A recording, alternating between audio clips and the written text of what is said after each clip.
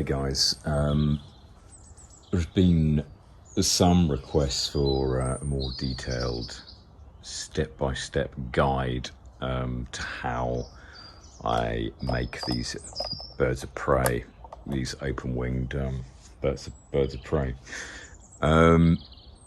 So when I'm normally I kind of film part of the process of how I make them.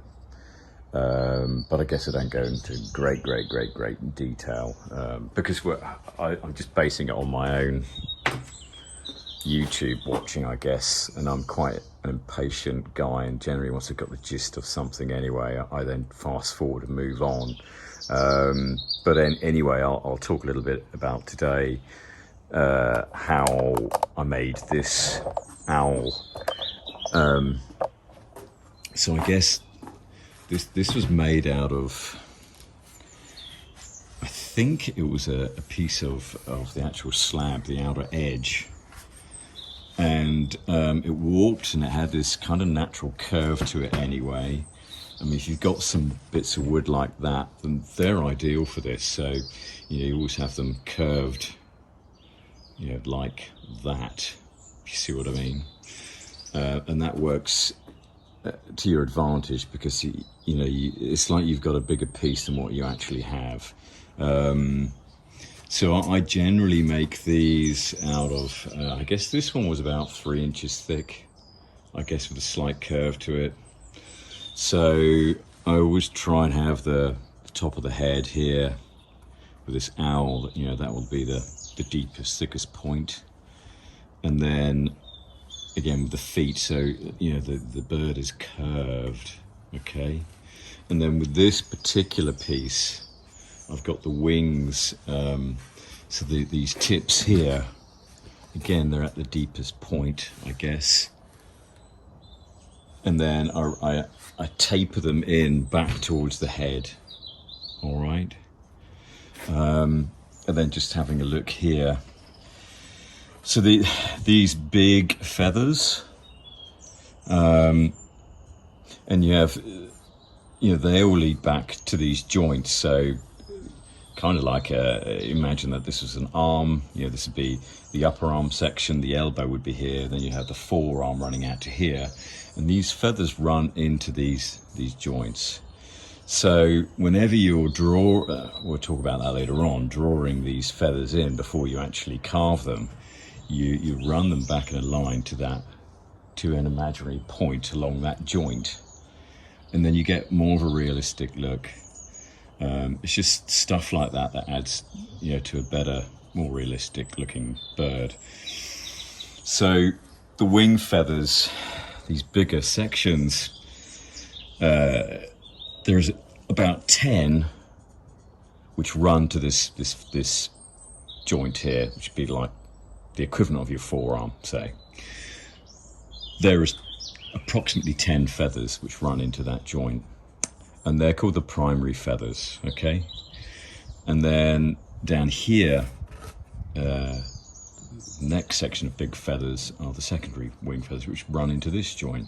So again, just you imagine these lines running back, and that's what you work with. And then there's a bunch of different layers of smaller feathers. I'm not exactly sure what they're called.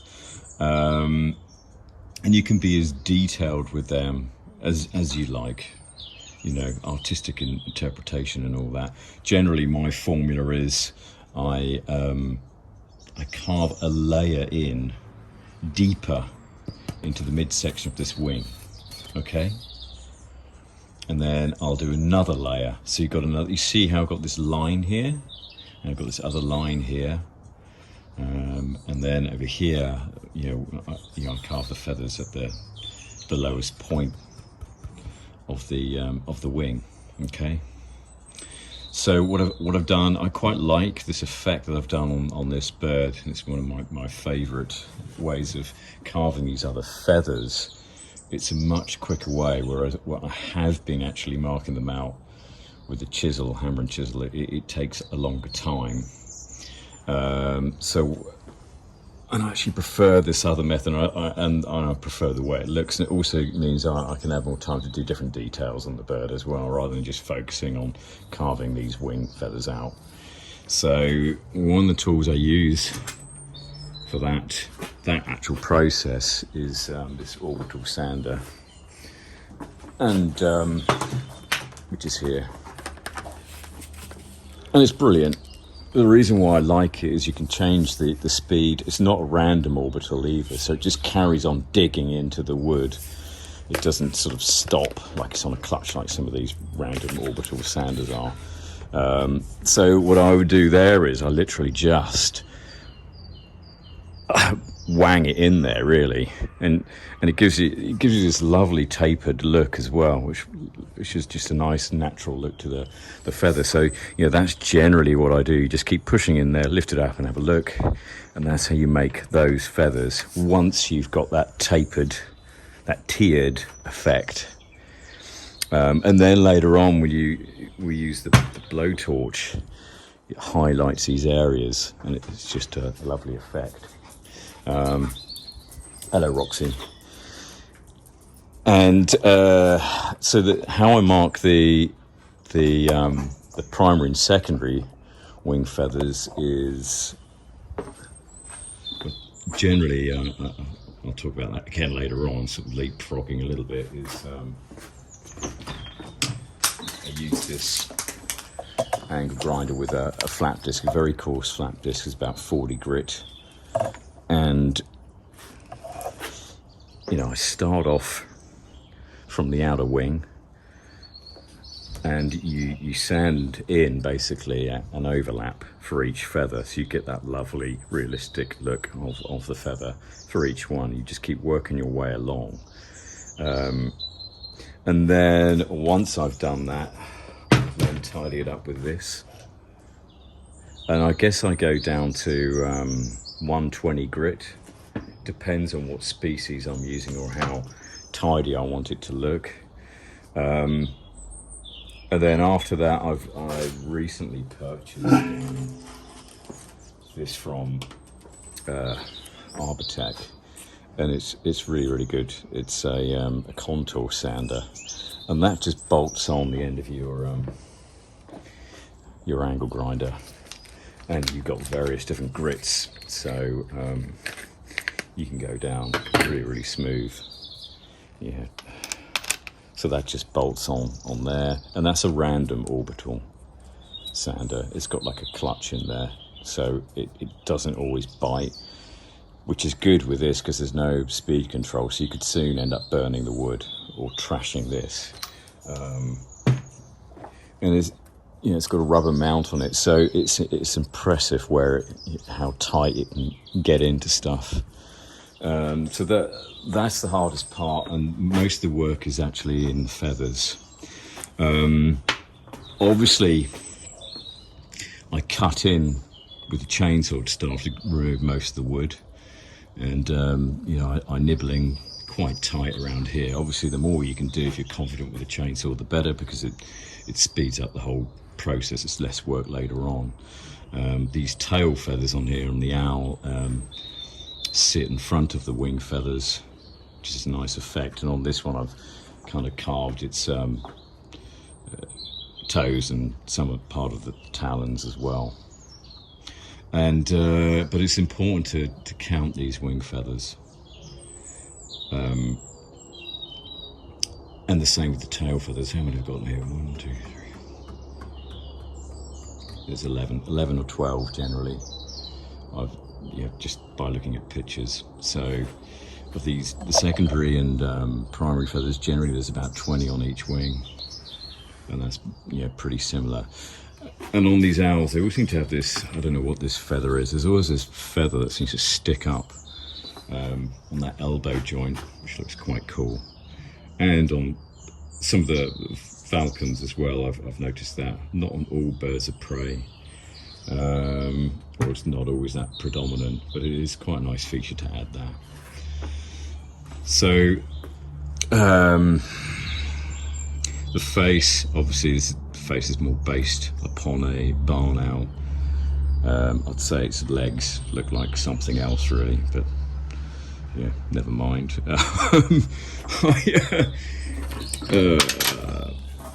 Again, you can do a lot with this. I sometimes use a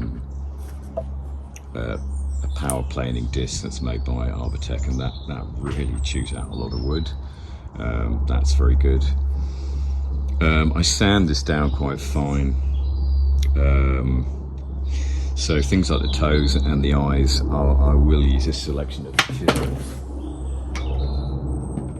Carving. And actually, I use this quite frequently. Actually, this is really good. You can really get in, and a lot of the times I just use it by hand. I don't really use a mallet so much. And also I'll then go down to using a Dremel as well, and with a flexi attachment. I'll just go and get that and show you that. So yeah, this is the Dremel with the flexi head attachment or whatever it is that they're called. And I've got a variety of different attachments that I use for that. So, and actually I use this a lot. Scalpel, believe it or not. It's really good for carving out the eyes.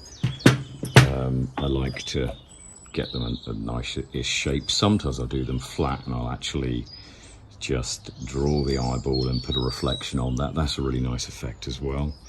I don't know what this head is.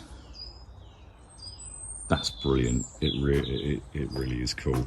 It's great for putting in these little edges of the feathers around the kind of radial discs that the owls have around their face, and also just for carving out some of the wispy feathers that are around the face as well. That's great for that. Really is good.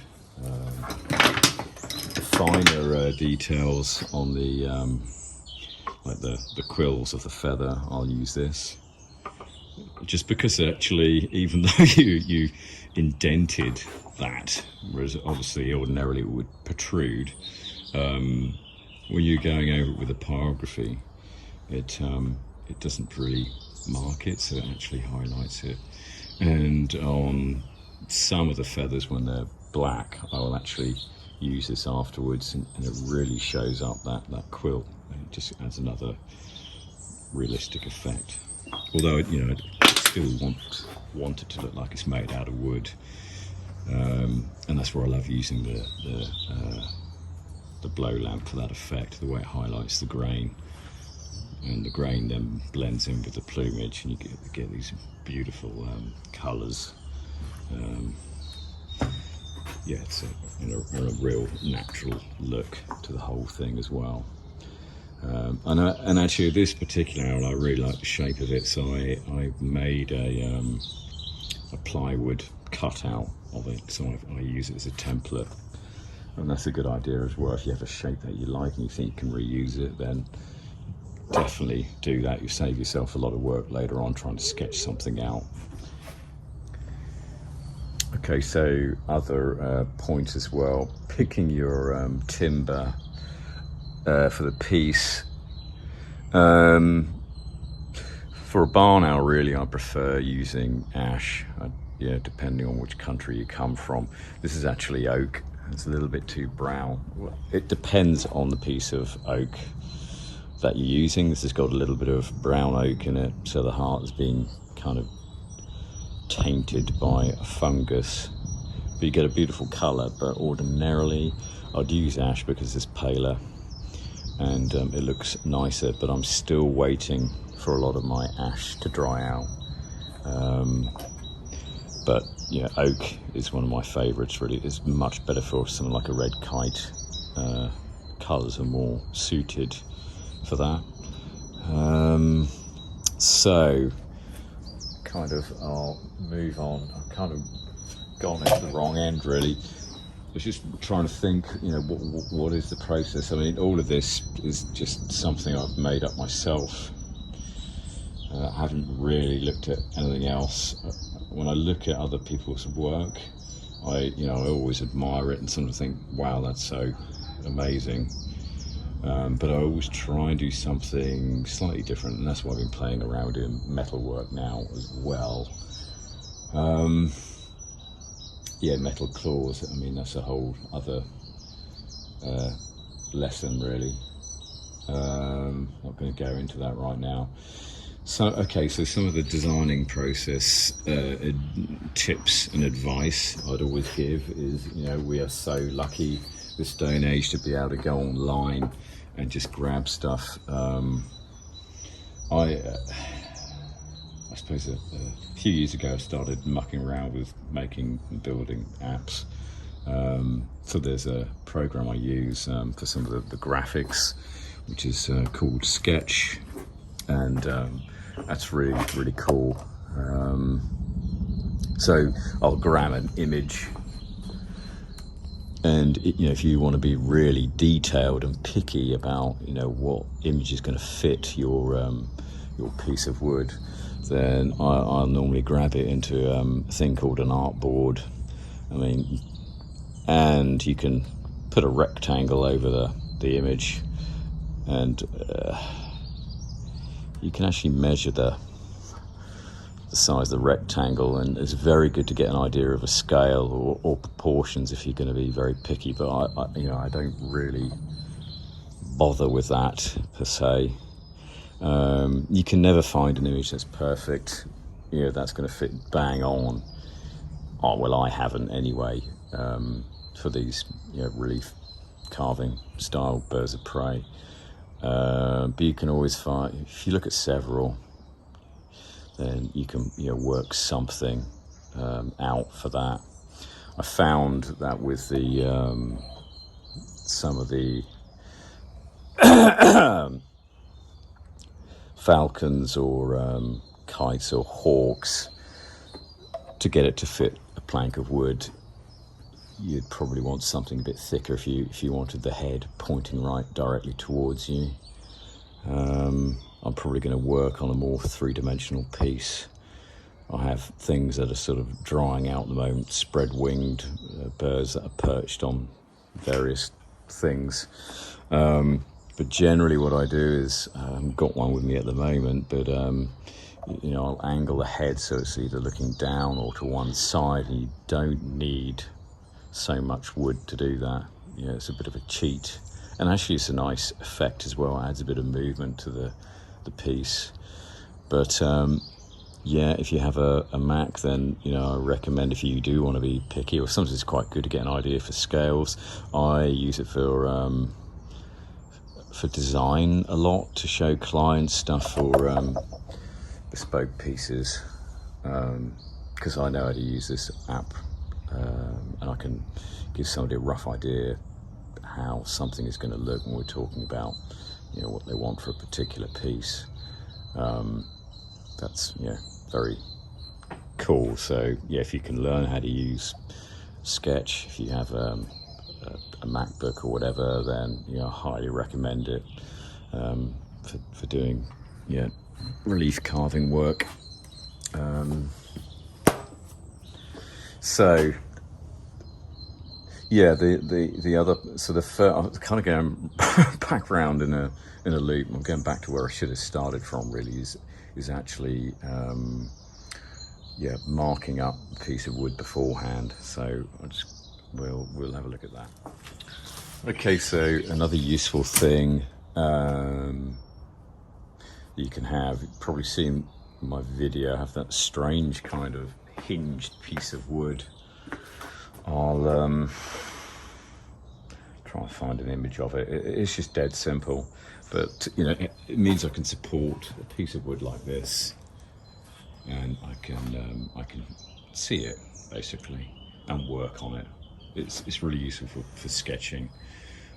What I also have then, now I made a something where I can basically put 2 screws in the back of a piece of wood, and it's clamped, screwed hard onto a metal frame, which means I can work all the way around it, and I can also fold it around and have it flat, or I can have it upright. So I can, I can even use a chainsaw on it, and I can use all these other power tools on it as well. But generally when I'm doing the carving and stuff, I'll have it flat on the bench anyway. But certain times it's very useful to have it upright, especially using a chainsaw if you're cutting in. It's really, really useful. Another thing I was going to talk about as well while I'm at it, actually. So I quite with these pieces as well, I quite like to take quite a bit off the back as well. So you can kind of see around the edges then. It just looks a bit more realistic. And also for these pointed wings, once I've got them quite thin, I cut these out with a jigsaw. It just gives it a much nicer finish. You can get in nice and tight. Does a better job than a chainsaw, even if you had one of the carving blades, which I don't, because I don't do that much. I don't do that much chainsaw carving really. I don't call myself a chainsaw sculptor by any stretch, because most of my stuff is a relief carving, and there's always another. I get the sawing done, I end up using other tools pretty rapidly. I mean, Jesus Christ, an Arbortech power planer will chew out the wood. Amazingly so. Anyway, that's probably a whole other debate that I don't want to get into. So I'll get rid of that.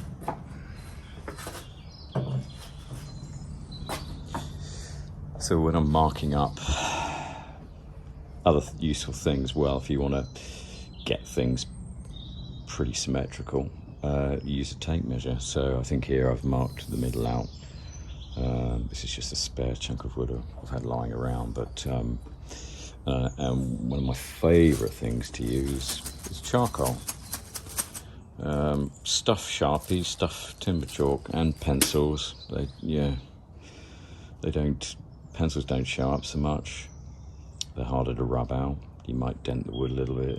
That's really much. I'm probably going to be chewing the hell out of it anyway with power carving tools. But I always use charcoal. So because it marks it up easy, and it also is probably not the best place for doing this filming really. But so it marks it up stupidly easy. So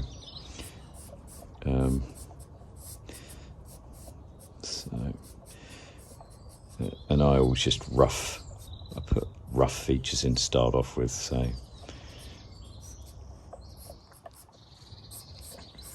and generally I'm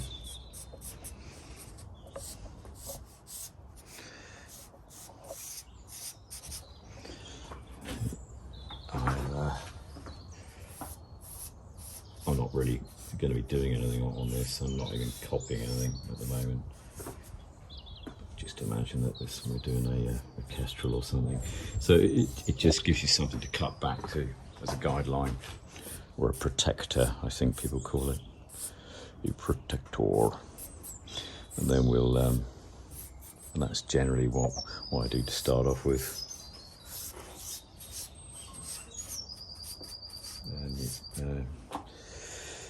And so charcoal, absolutely brilliant. Cheap as chips. I got this whopping great big packet of it for about £3 or £4. It's going to last me forever. Whereas Sharpies cost way more than that. They get gummed up with sawdust. And obviously, what I do is, so whilst I'm carving, I'll carve so much detail out. I'll then go back with the charcoal and draw some more detail back in again, and then carve that out, have another look. Just gradually keep working your way back in. But get yourself some charcoal. Absolutely brilliant to work with, and it rubs out easy as well. I mean, that is so cool. So it's easy to mark, but it's also easy to get rid of. See, gone. How cool is that? So that's definitely a hack. And if you can find a way of clamping this piece of wood so that it's either up at an angle in front of you. That's really helpful. But then if you're doing any chisel work, then have it flat on a bench. Just think of other things, other points. I'll write a list probably as well, and you know, something you can refer back to as reference. Gosh, yeah, just trying to think.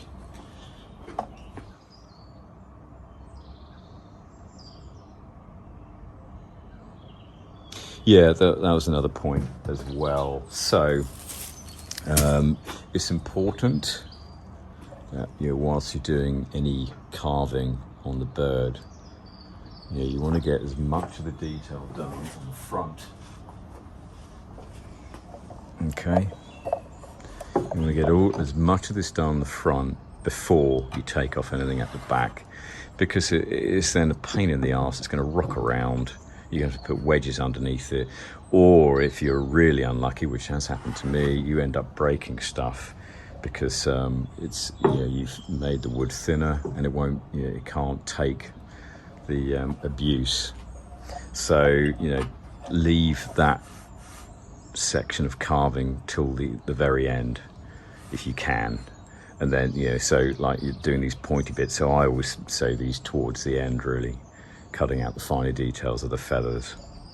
So, you know, I'll carve all of this in and get all of this stuff, and then I'll make sure all of this is done as well, and then I'll turn it over and attack the back. You know, I'll probably take a bit of the edges off with the chainsaw, but it's important that you've got a flat surface. It's just more stable when you're working on the piece. Yeah, it's a very different beast to the normal chainsaw carving, where people have these lovely tripod clamps, vices, you know, that'll keep hold of the piece. You know, you don't have that because it's a much thinner piece of wood. Hence why I actually bolt this now to the frame for a lot of the work, as I was saying earlier on. You know, there are the marks, so I always put it in somewhere around the head where you have the thickest piece of wood left, and I use 8mm coach screws, and you know, I'll put a pilot drill in, and then I'll wind them in with a rattle gun. So one of my best friends, great for making benches and things as well, rustic benches. Much quicker go-to is using pilot screw and coach screws. I know it's not quite as well as using a dowel, but the good thing is, you know, you can actually make something that's take apartable, and then you can reassemble it somewhere else as well. I'm starting to waffle, I'm sorry. Anyway, end of film. Good luck.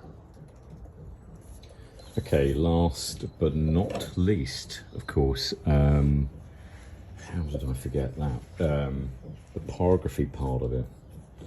So, these are actual flame element of the tools that I use. Yeah, blow lamp, brilliant. I do so much with that.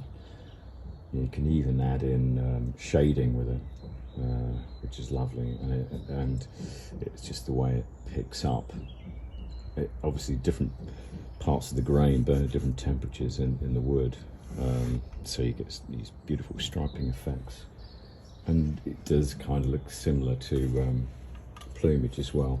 So, you know, I use this normal kind of plumbing blow lamp, which is very easy to use.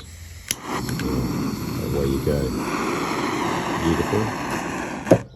And then for more finer detail, well, I guess, yeah, I use that for shading, and a big chunk of the shading, and I move it very, very fast. If I'm just doing shading, I'll bring it in, I'll pull it away, bring it in, pull it away. And that's the best way. If you move side to side, you end up with a dark patch there where you stop and a darker patch there where you stop. It's just the way it goes. But this up and down movement, actually, you know, it's almost like airbrushing in a way. You can just build up the layers of heat And then finer marking or just finer shading, I'll use this lovely little Dremel blow lamp. I got this because it also has a pyrography attachment, and there's kind of like a funnel attachment, I guess, like a shield. I'll go and get that and I'll show you. So yeah, this attachment which goes on the end of the blow lamp, it's pretty cool. It just, you know, focuses, it removes some of the heat basically, and you can do some finer shading with it. I mean, there's some people who've done some incredible pyrography by using a blow lamp and these techniques. There's an African guy who does some incredible stuff with very realistic stuff with using blowtorch, and you know, I've thought that for some time, that you could do way more. You can get some incredible effects with a blow lamp rather than just using a pyrography pen. So yes, the fine detail, I use finer details with this. I then also use this very crude, I'm going to elaborate on these things. This is an experiment. It's great just for masking, you know, certain parts. So some of the barbed features of the bird's wing, you know, I run the blow lamp through that. Really, it's amazing. It's a bit cumbersome, this tool. I might play around with having maybe this with a magnetic ball on the end of it. I've thought about a neodymium magnet or something like that, and then make various different you know, I've been trying to get around to doing that for ages. I want to make a whole array of different stencils, which you know, I think you could become quite elaborate and it really speed up your work, and you could layer and build up different effects with feathers, fur and plumage and Christ knows what, really. But yeah, definitely masking with something like this is a little bonus thing to do. So yeah, if you can weld, then yeah, definitely make up something like this and play around with your own ideas. Geez, don't be limited by anybody else's ideas. Get some inspiration by all means, you know, from me. That's all this video is about. But you know, don't directly copy, just come up with your own notion, come up with your own style. You know, I'm all for that. I try my best not to copy anybody. With my artwork, I get a thrill out of trying to do something different the whole time. It's an exploration really for me, and I call this style of work, I call it pyro-carving, because it's a combination of relief carving and pyrography to get the effect that I want. And that's why I like adding, you know, different elements of metal claws and things like that. A wooden claw would break, so you make a metal one. You can heat the metal and get some beautiful colors as well. And I've got lots of other ideas and plans and things to be coming out in the future as well, playing around with metal and woodwork. So yeah, and then yeah, other fine detail, then I'll move on to the pyrography pen. I suppose I should go and grab my pyrography pen as well. So yeah, this is my pyrography pen that I use. It's got different heat settings on it, the Variac switch. I don't know whether it's an amazing one or not, so it seems to work for me. It's got various different attachments on it, but I definitely prefer these wire tips than you know, the solid tip, like a soldering iron. I used one of them before, and no, it just didn't get hot enough at all. I ended up, you know, pushing quite hard on the wood to make a mark, and then you end up bending the tips. It's utterly useless, really. So definitely recommend a wire tip, and you know, various different tips on here. I do pyrography in its own right. I prefer doing the carving, the pyro carving as I call it, because most of the work is done with the carving, as opposed to, you know, the final pyrography touches are very quick. You know, unlike, you know, if you're just doing a pyrography picture, it's just painstaking hours and hours of work on you know, with a pyrography pen to get the effects that you want. You know, people don't really understand that. It's not like sketching, drawing or painting. You know, you put your mark on there, it's instantaneously there. You have to wait, you have to be patient, you can't rush it, or as you end up with burning blobs on the piece of wood. I mean, and that, again, that varies from what piece of wood you use as well with pyrography. I'd say that if you're just doing pyrography pictures in its own right, I don't think oak is that good. It's too dark. You need something that's quite pale, really. I prefer, so you can, the highlights stand out more, whereas you really have to overshade everything, I suppose, to try and get the effects that you want with just pure pyrography, you know, when using oak. But I think it's lovely for doing birds of prey. It really highlights the colours, especially once you put some oil over the piece. And it always amazes me how, you know, each piece of wood varies from one to the other. You know, like this piece of timber here we're looking at, this is probably closer to the sapwood, I would say. There's not much tiger striping going on, so that normally happens. If we move along here, because obviously the piece of wood is over here, we see I have a cup of tea. I'll move the cup of tea out of the way. If we go down here, you can see there's a bit of tiger striping going on, which is the medullary rays, which have been sliced through as you go deeper into the wood. Markings, and they work really well in the piece. They just blend in with the feathers beautifully, I think. They really do. So yeah, I'll just show you, we'll go and have a look at the owl again, and I'll show you a bit more about the pyrography. So here's the owl again. You can see I've gone over the eye with pyrography pen. Yeah, just don't even try and attempt doing that with a blowtorch. It's just not going to happen, really. Even if I did speculate making some roundish shaped holes that I could just hold over and blast with a blow lamp. The trouble is, you know, once you're masking something, you can't really see what's going on there completely underneath.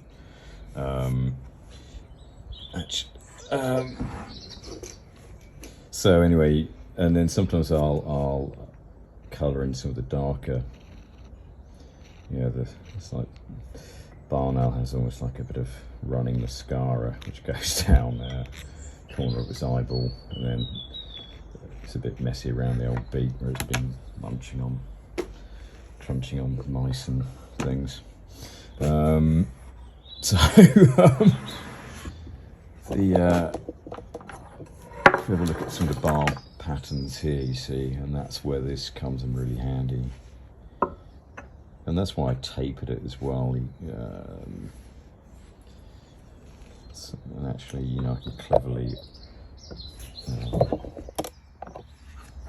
can move this along each section whilst I'm burning them. I have a video coming out soon where I filmed the entire process in more detail, I guess, because that's kind of a thing in its own right, doing the final bit of pyrography. I generally do a bit of shading in here. This area here is called the wing pit, and you know, from a distance it does make the bird look more three-dimensional than what it really is as well. That's the cool thing with the shading side of it. You can really trick the eye and make and give the carving more depth than what it really has. So yeah, I was doing more shading around these areas and then between the legs as well. And it gives it a lovely effect. Especially, you know, it does pay as well if you can is to do a bit, then stand back and have a look. I actually, well, you've seen one of my other videos, which will be coming out soon. You know, I have it, the bird hung up at a sensible height, and I can stand back and have a look. And sometimes, you know, I even do that with some of the carving aspects as well. There's a red kite I've done recently. That's more detailed, probably the most detailed. I'd say it's probably my favourite bird of prey that I've done so far, the most detailed. But you know, there are different styles, I guess, as well. You know, there's one which I'm never going to sell, is my eagle owl, which looks really, really cool. That's more of a totem pole or a totem-esque styled shamanistic kind of owl. It looks very, very cool, and is more patterned per se than being completely and utterly realistic. But yeah, you play around with it. I mean, you can carve these feathers out like I have done in other videos. You'll see, you know, I have done that. I've marked some basic feathers in the front of this little chap. This is a commission piece. I just haven't got round to giving it, delivering him yet. Poor owl's been doing the rounds, but there we go. Yeah, so I think kind of covered everything in a lecturing form, I suppose.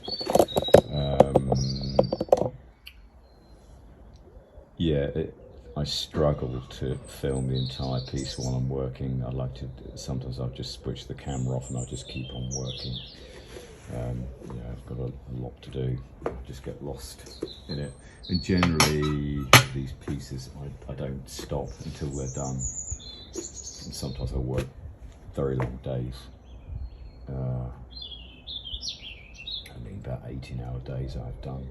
I put a kettle in my workshop just to make sure that I keep drinking. Or else I just carry on, just kind of forget and get lost in my own weird world of carving. Anyway, I hope this is helpful if you want to make some of this stuff. I've certainly had a lot of messages from people in America who wanted to buy these owls. I don't think I can take the risk of posting them over there. So if you're in the States, you will sell these, for sure. They're very popular, and they suit some of your American-styled timber frame buildings and cabins and things like that. That they really work very well for that sort of thing. Anyway, I hope this video has been useful. Do please like and subscribe. It does help my channel out big time. I can't emphasise that enough. I'm guilty of it as well. I'll watch a video, think, oh, it's pretty cool, and then I just kind of forget to put a like or subscribe, and it does make a big difference. So anyway, thank you very much.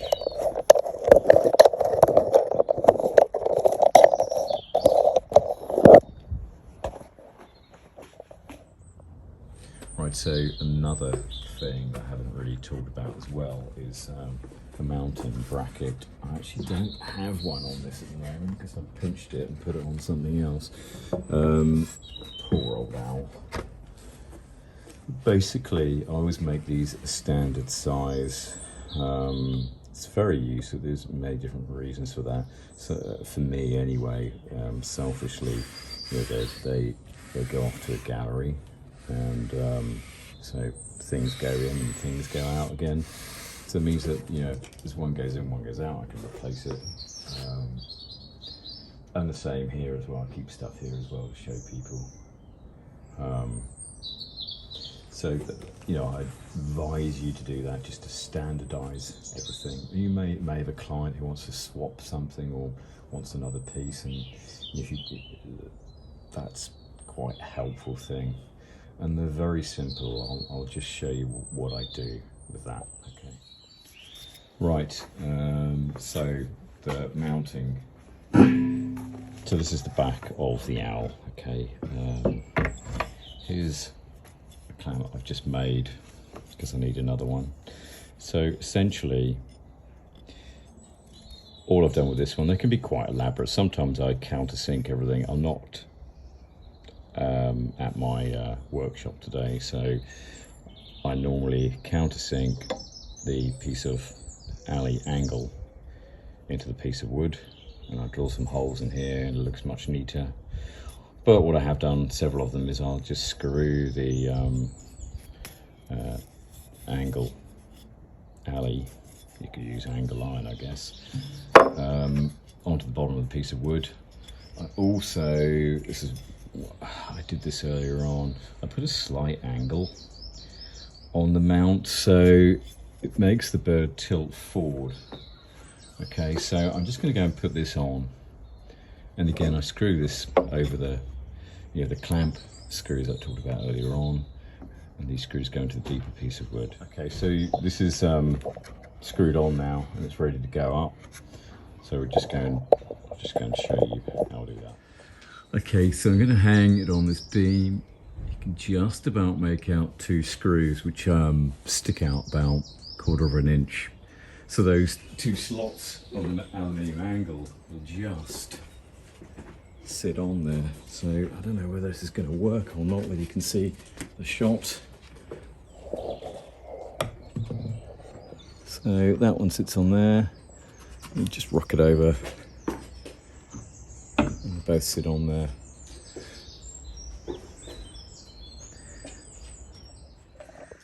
So there he is. And then because of that angle, it just gives the bird a slight tilt forward, like it's flying towards you and not just completely upright. It just adds a bit more perspective to it. And also another cool thing, if it's mounted on a wall, is you can put a backlight on it as well, and they look really, really cool. Well, here's the owl mounted inside now. In fact, really must get him off to its new owner. I hope I didn't waffle too much in this video. I hope you've taken some useful points out of it, and yeah, thanks very much for watching.